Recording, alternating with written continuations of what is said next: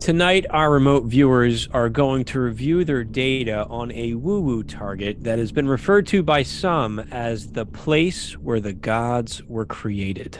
Our target, what happened to Teotihuacan? Teotihuacan is a megalithic site that is located in Mexico. The remote viewer is to move to the ancient city of Teotihuacan, Mexico, at the point of time during the abandonment of the city by the civilization that built it. The viewer will describe the reasons why the city is being abandoned, and the viewer will describe the leadership of the city. A little bit of background here. It's an ancient Mesoamerican city located 30 miles northeast of modern-day Mexico. It was designated a UNESCO World Heritage Site in 1987, was settled as early as 400 BC, and became the most powerful and influential city in the region by 400 AD.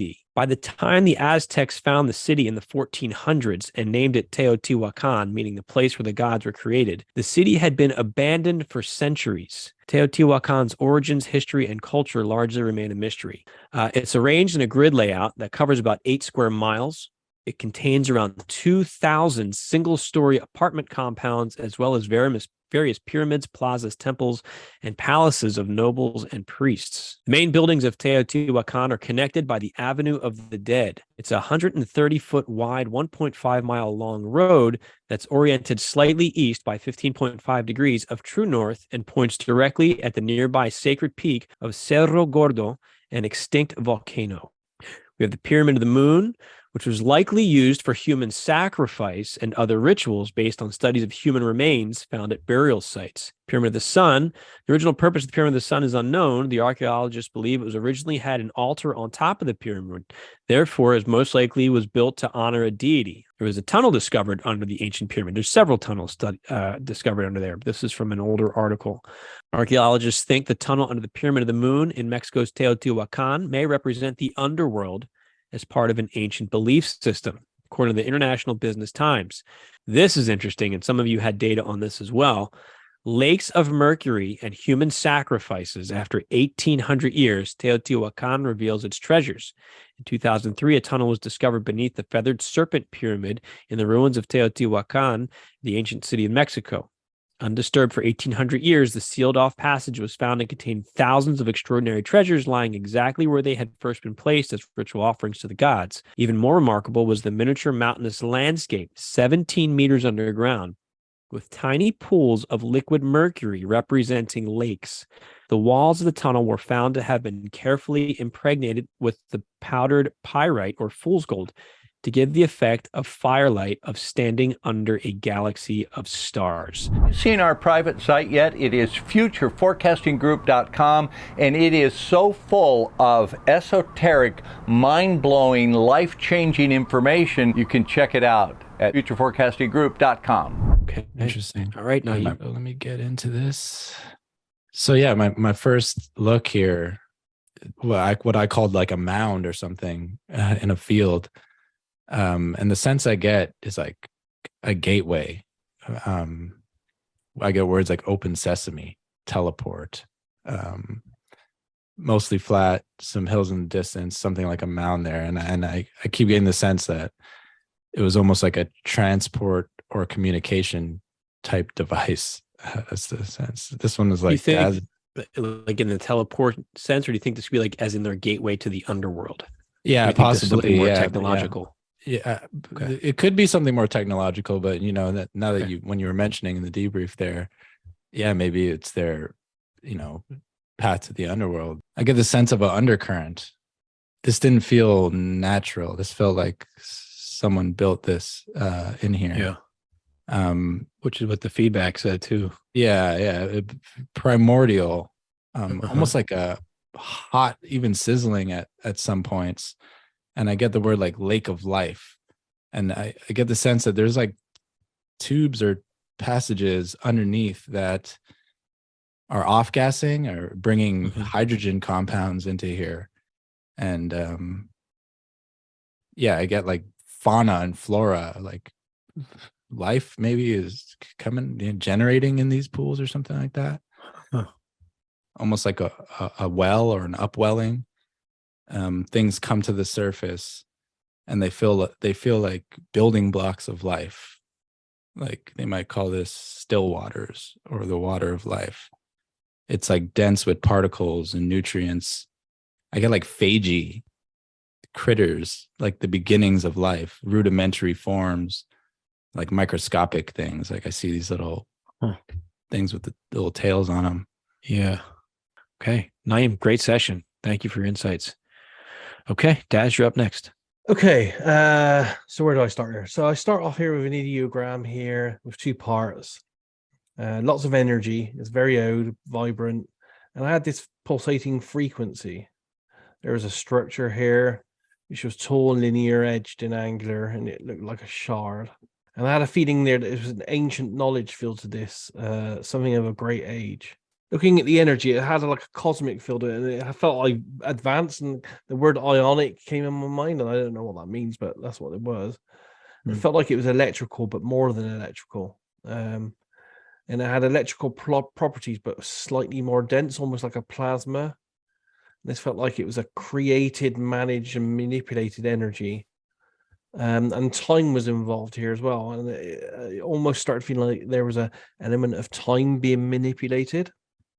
And then that gave me this imagery, and this was up high, almost like a sliver or a crack in because this was like clouds and blue sky and all everything behind it.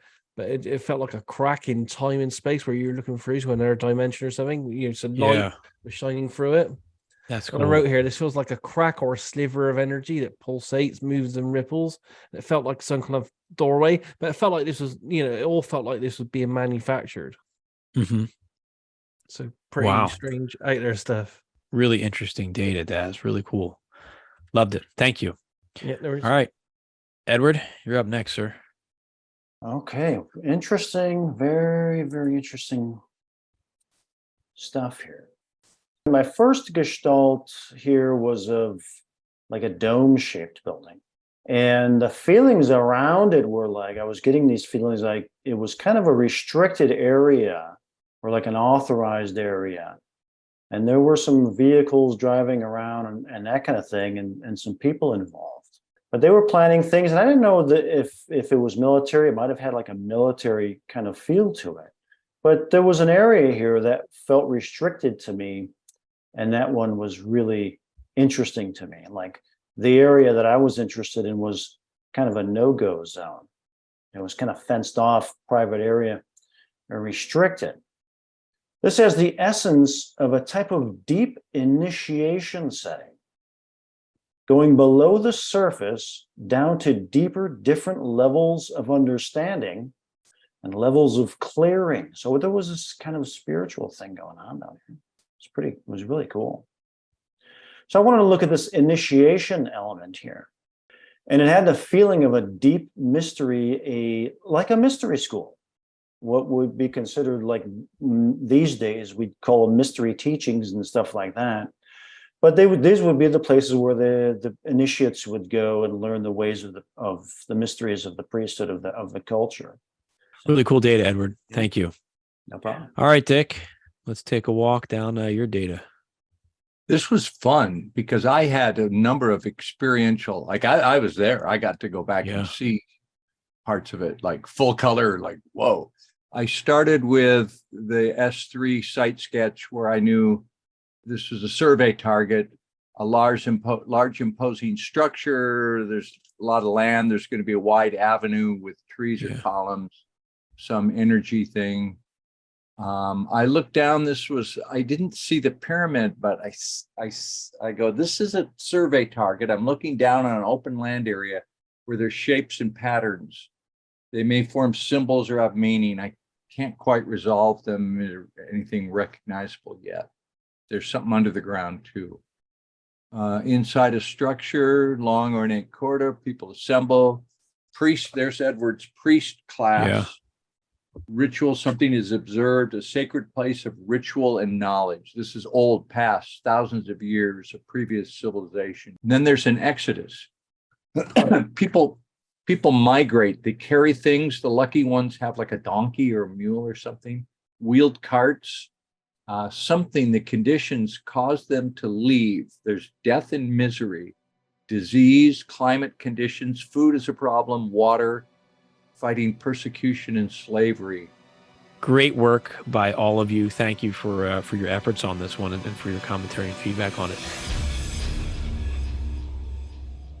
This is something that maybe, if there is some force that would keep the viewers away from a target, this one maybe might have an element of that, even though that's not something that I really adhere to. But in this case, there may be something to it. The viewer is to look at and describe the destruction of the Georgia Guidestones, July 6, 2022, 4:03 a.m. Eastern Time.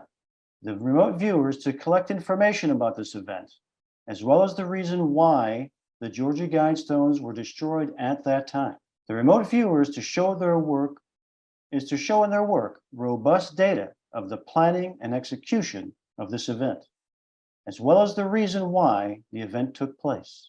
This is the video of the events.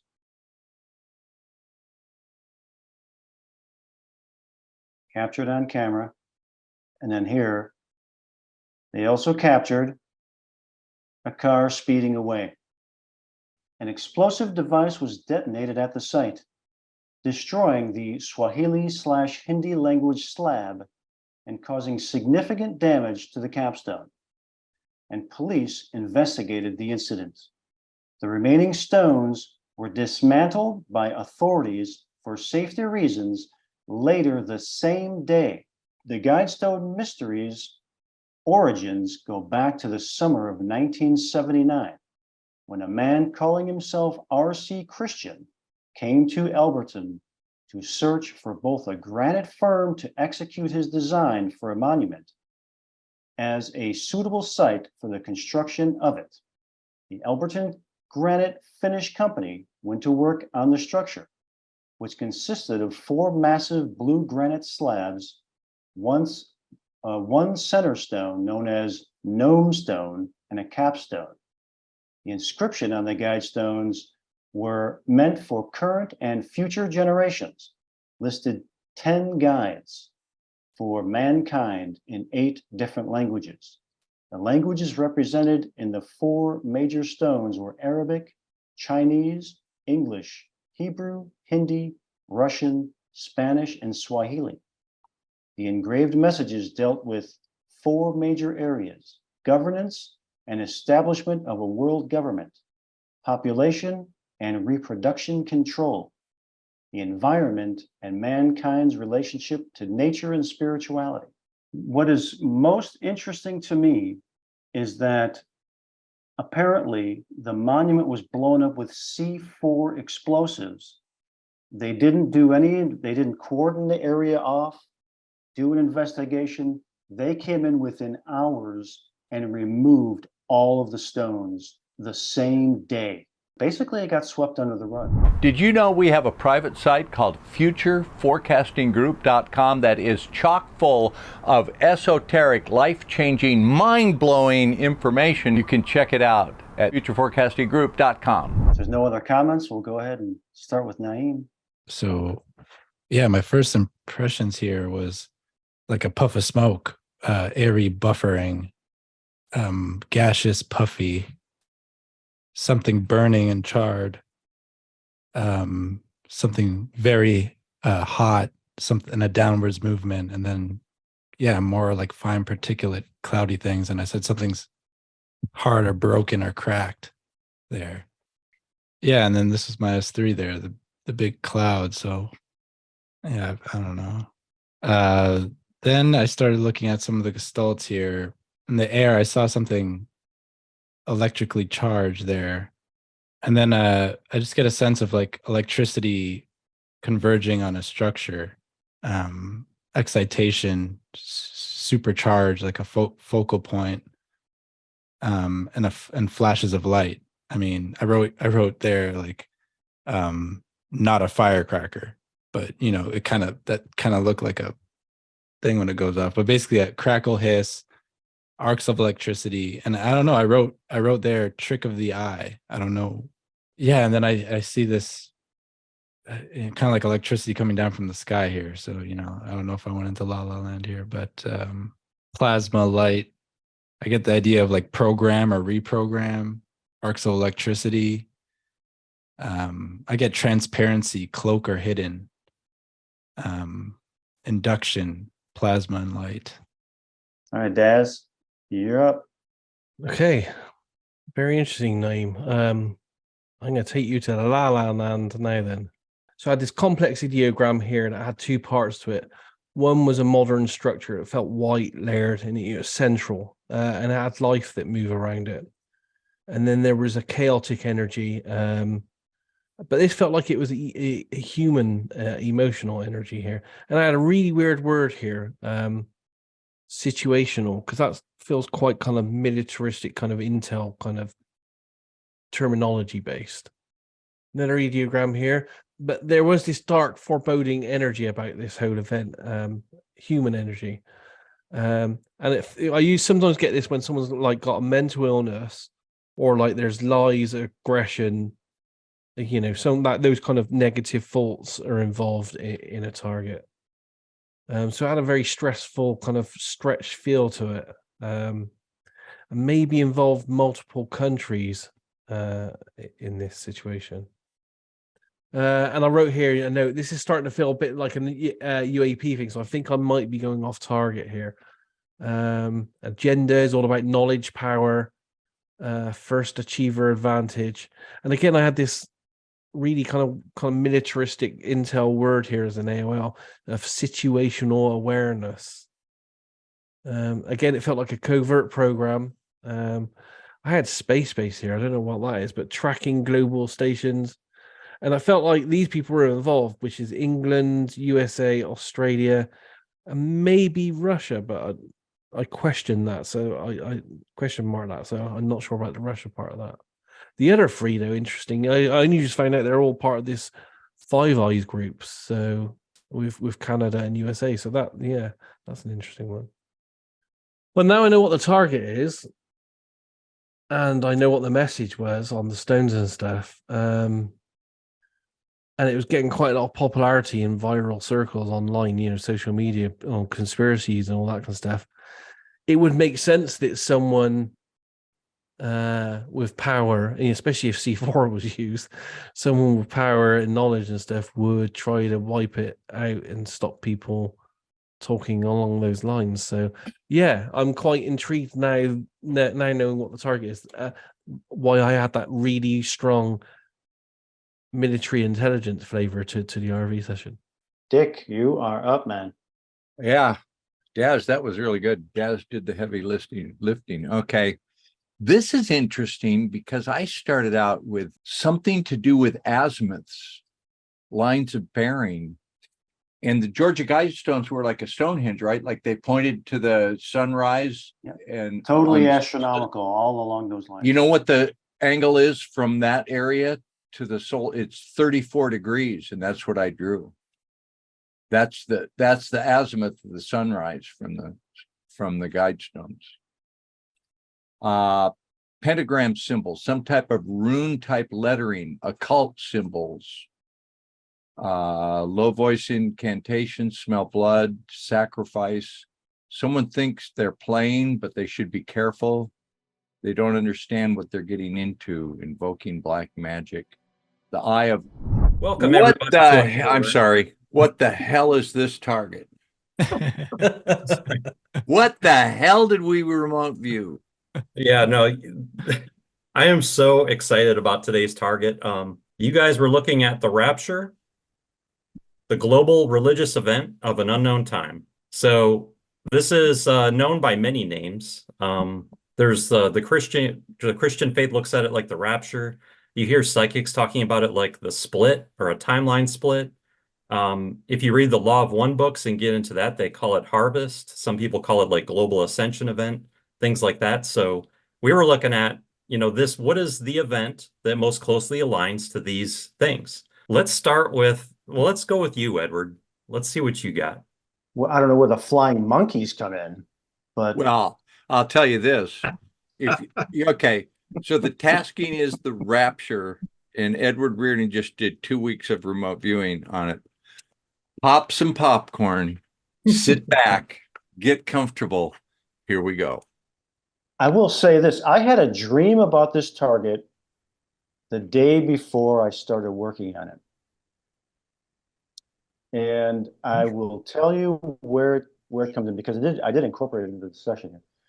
But its location here, I'm in this kind of sandy dune area, and all that reminds me of Egypt, you know, Middle East area, dry Iraq, Iran. In that area is where I was perceiving here. Sand and rock. I also had these kind of mountains or the moon. There was a lot of data from Mars. You guys had Mars coming up in a lot of your Oh, sessions. that's fascinating. Because now what I'm thinking is, what if this Rapture story is really based on the Martian Exodus? So Anyway, if you listen to Saratoga Ocean, she says that humanity is going through a split, and it is people that are going to naturally evolve as natural humans, and then people that are going to merge with AI and that technology. is exactly what I got here. That is exactly what I wrote here. But what is the brain implant thing, and how's it made, though, I wondered? A dual interface from behind the ear and one in the wrist, inside of the wrist. Something that would be called That's the mark of the beast right there. maybe it's the technology of the Martian class. Yeah. The head or the hand, that's what they say in I think the Bible. Yeah. Maybe they don't like the Martians. Something that could be called the intelligence system for intel groups, or this would be for intel groups or high rank individuals, pilots, medical doctors. It definitely touches points from what folks out there in this field are theorizing, Edward. So you had a lot of things that tied into the different, because when we looked at the different philosophies and viewpoints, perspectives out there on some sort of an event that's like global and affects, all of humanity, you guys all hit on a bunch of these different things. So it's like there's truth in all of them, it seems like, if the data. Fascinating. Thank you very much. Yeah, fascinating. Yeah, let's go with Nyiam next. This was pretty crazy stuff here. Yeah. Oh yeah, Edward. I read the Law of One before, but they do talk a lot about Mars in there too. Now this was like pretty experiential here when I looked at this gestalt. This was like I was at a kind of like a reception desk, and it's like I'm confronted by a person, and it's like you have to have a ID. You have to show your ID or have special access to get in here. And these people are armed. So there's guards with guns there. Secure facility, identification check, authorized only, no trespassing. So I tried to look, at a wider scope as to where this is. And my sense here is like this is underground. There's multiple tunnels that kind of all meet in a central area. And I got the word my labs. I know that's like a military, program that people say is going on. Top secret tunnels underground there. Here I saw a soldier of some kind using a radio, armed. And the sense here is like the invisible enemy requesting backup, reinforcements. There's like a hidden war going on. Needs help immediately. Gunshots, ricochet, casualties. And then we start going into the woo-woo here. So, what I would say, a non-human type creature here, long head and skull, very skinny and frail, on a stretcher or gurney, either dead or gravely injured, incapacitated. I get like laid to rest, affixation or suffocation, something about the heart and the blood vessels. top secret. Shivers on that one, man. Derek, why don't you go next, man? Right away started seeing these beams, like kind of just like shooting vectors across the sky, and then taking a closer look at the energy dynamic here. So this is constructed, a portal or a vortex, and not naturally occurring, like not a black hole. And it's also not as difficult or advanced as one might think. So it's something that I would think that technologically we could catch up to someday and make something like this. This was the event horizon, bright aperture, swirling, this heading out to the point of origin, definitely transdimensional. This doesn't feel like if you go through it, you end up in another galaxy. This like takes you outside of our known universe. Moving very slowly from its point of origin, and in our dimension, it's moving unimaginably fast. Then I started wondering, so who are they? And so they're bipedal, human-like, far more advanced. They were neither scary nor intimidating. They had a bluish gray tint. They had no hair. They were thin, but they were strong. Like they had a physique. They did not resemble what we would consider tall or short gray aliens. They looked more like us. It's slightly bigger eye sockets, but they had like a twinkle of like knowing and benevolence in their eye. But again, these were not malevolent in any way. One said directly to me, they like the way I'm using my mind, but these were like more than happy to engage and hang out. It felt like they wanted to see evolution and like repeatedly the way they evolved.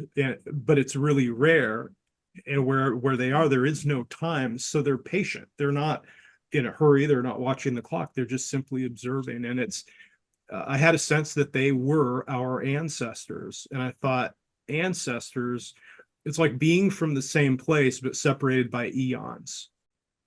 Okay, so I felt that this was heavily past influenced. And I first started off in a land which was solid, dense, dry, desolate, hostile, and natural. And it was very red looking, rocky, orange, and dusty, and it felt very desert like. It was a barren location, remote, hardly, if any, life, dry, windy, and hostile, with long vistas, mountains, and I had an AOL here of Jordan.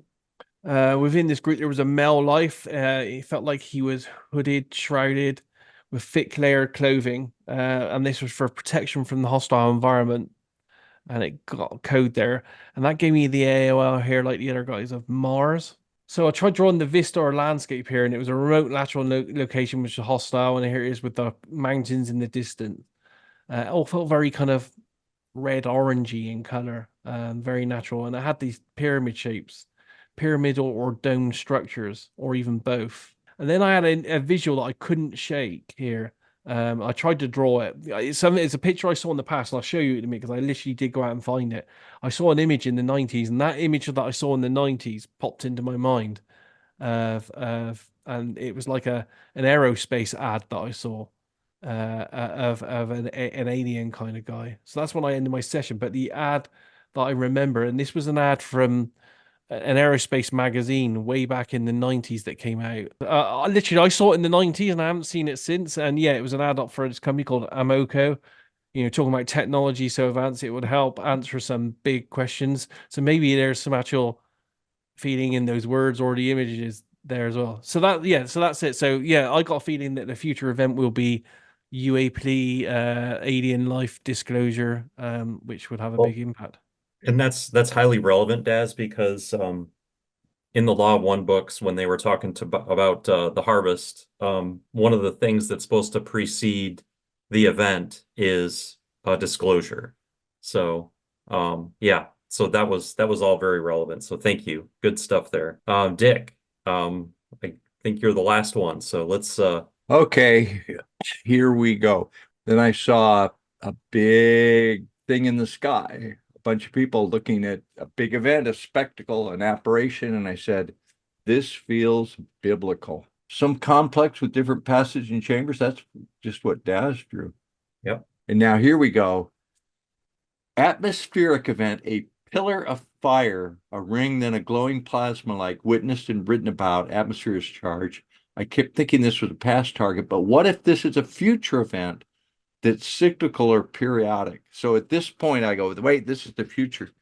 Isn't there something, Sean, about a pillar of fire with the rapture? I don't know the raw book, and I'm not up on the rapture. But Yeah, it's supposed to be tied to a mass solar ejection event. And this is what I think you were picking up on. I think Daz drew a sun. Another one of Derek also had some stuff that was kind of along these lines. I absolutely loved all of your guys' sessions. I mean, it was just so cool to see what you guys got on this. So, I got to say, guys, I missed one page. oh, you did? Yeah, I did. I went over one page. Hang on 1 second. This is the page I missed right here, but I want to start with here because the night before I did the session, I had a dream, and in the dream, I was told about a council of 9. Right here. 1, 2, 3, 4, 5, 6, 7, 8, 9. I don't know anything about Council 9. I don't know. I never even heard of it. Yeah, thanks for. I never heard of the Council of 9. Edward, on the But Council of 9. now I know what the hell. Now I know what they are. We did a that was project insane. on that in the Hellfire, Edward. Nyiam and me have worked the Council of 9 as an RV project. Really? Yeah. Some similar themes there came in that session too. So Oh wow, fascinating. Yeah, this will be one to chew on for a while. Thank you guys. Yeah, great good target. one.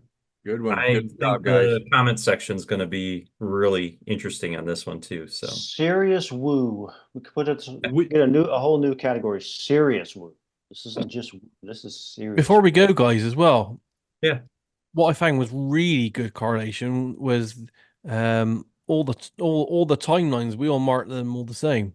yeah, pretty much. Oh really? Meaning into the near future as far as the future element? Future, present, and Yeah, deep in the past. Yeah. Yeah. Really fits with this target too.